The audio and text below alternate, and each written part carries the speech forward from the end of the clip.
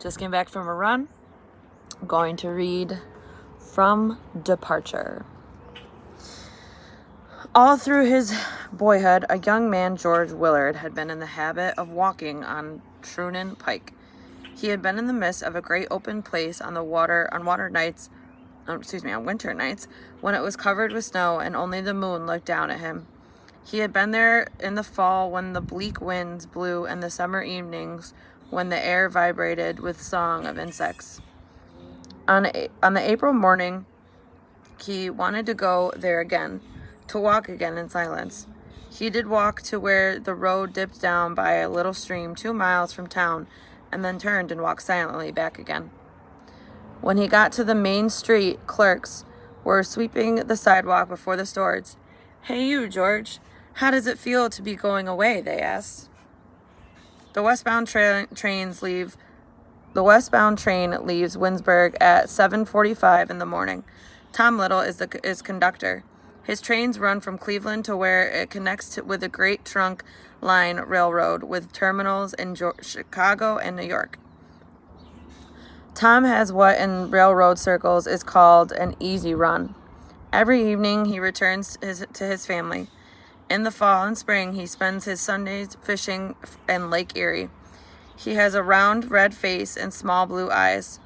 He knows the people in the towns along his railroad better than a city man knows the people who live in his apartment buildings. George came down the little incline from the new Willard house at 7 o'clock. Tim Willard carried his bag.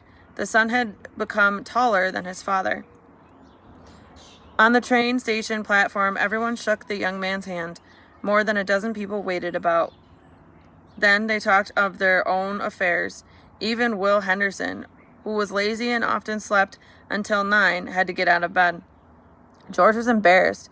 Gertrude Wilmot, a tall, thin woman of 40 who worked in the Winsburg post office, came along the station platform. She had never before paid any attention to George. Now she stopped and put out her hand. In 2 words, she voiced what everyone felt. "Good luck," she said sharply, and then turning went on her way. George glanced up and down the car to be sure no one was looking, then took out his pocketbook and counted his money. His mind was occupied with a desire not to appear green. Almost the last words his father had said to him concerned the matter of his behavior when he got to the city.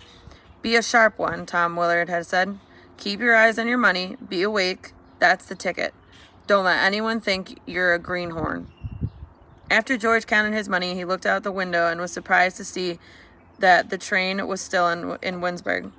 The young man, going out of his town to meet the adventure of his life, began to think he did not think of anything very big or dramatic. Things like his mother's death, his departure from Winsburg, and the uncertainty of his future life in the city, the serious and larger aspects of life, did not come into his mind. He thought of the little things. Turk Smollett wheeling boards through the main stream of his town in the morning, a tall woman beautifully gowned who had once stayed overnight at his father's hotel, Butch Wheeler, the lamplighter of Winsburg, hurrying through the streets on the summer evening and holding a torch in his hand, Helen White standing by a window of Winsburg post office and putting the stamp on an envelope. The young man's mind was carried away by his growing passion for dreams. One looking at him would not have thought him particularly sharp.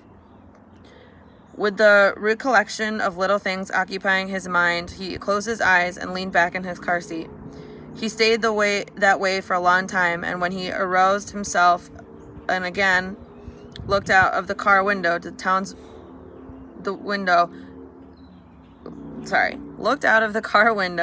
of Winsburg had disappeared, and his life there had become but a background on which to paint the dreams of his manhood. Good luck. Let me know if you need any questions.